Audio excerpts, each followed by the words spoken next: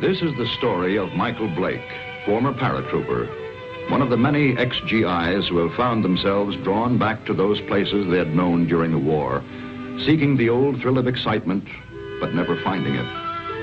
But Blake's was a strange story, different from most. Maybe you've heard it. Well, the end of it anyway. It hit the headlines at the time. That bewildering end up here at the village of Saint-Elzéar in the rugged mountains of the south of France. The summer dawn comes quietly to the village perched here on the edge of the precipice.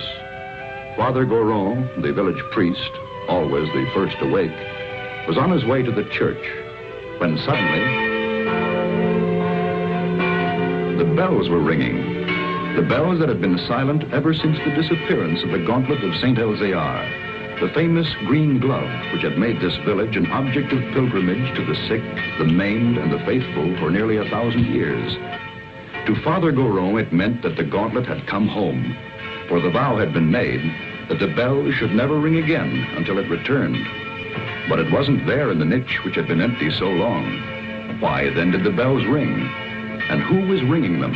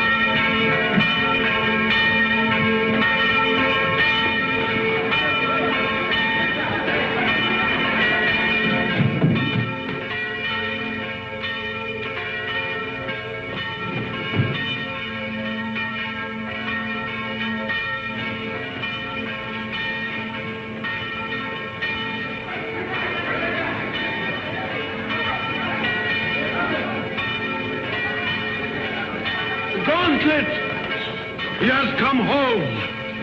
Who brought it, Father? Nobody. There was nobody there. Only the dead man.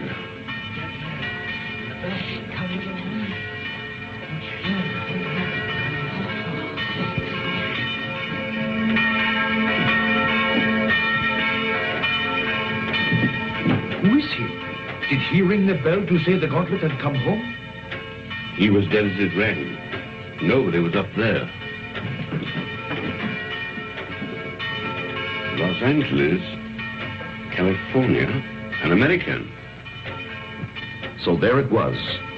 The miracle of the gauntlet that had come home with no one to bring it, of the bell that rang with no man alive to pull the rope, and of course, the mystery of the dead man. That was the end of the story.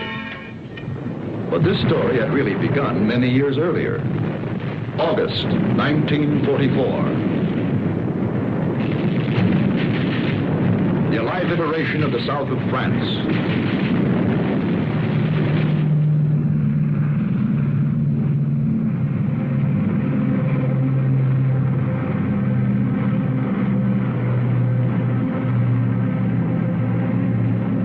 One survivor reached the ground behind the German lines.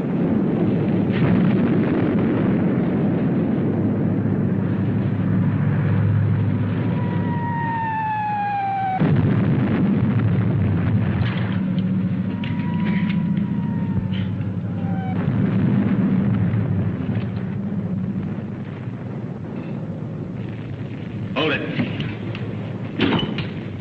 Come here.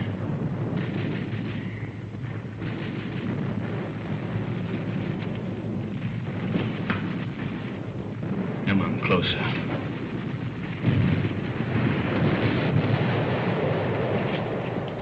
Turn around.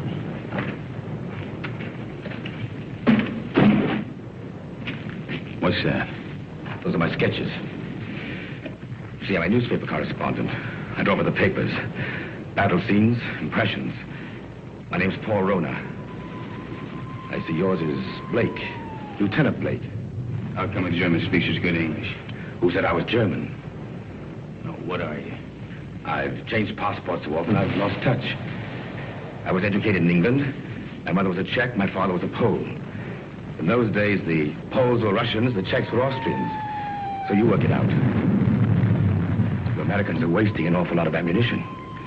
You'll need every shell you can get when the German 19th Army counterattacks at dawn. You're going to be pushed into the sea. Oh, yeah? Okay, you tell that to intelligence. Come on, let's go. Come on, I say, let's go. Determined, aren't you? You mind if I take this? Open it.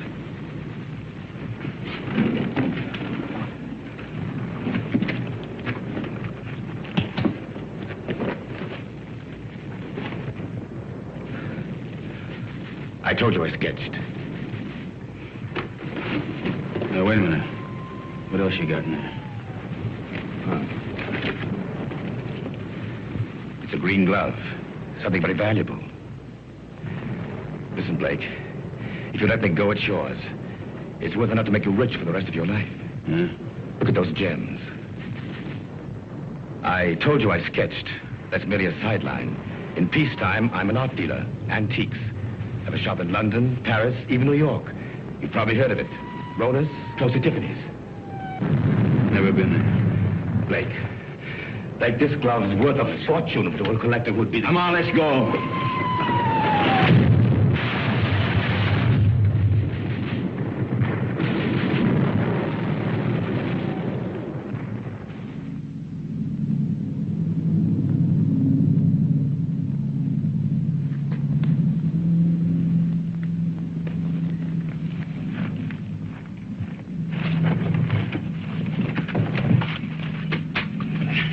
We're friends.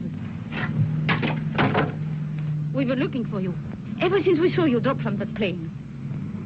Don't worry. The underground has helped many others before you. There's a German here. Where is he? Nobody here, monsieur. I guess the shell must have got him. Hurry, please, hurry. Wait a minute. Germans are counterattacking 19th Army. I got to get a message through. A messenger will leave at once. You promise? I promise. Of course, let others worry now. Pierre, help him.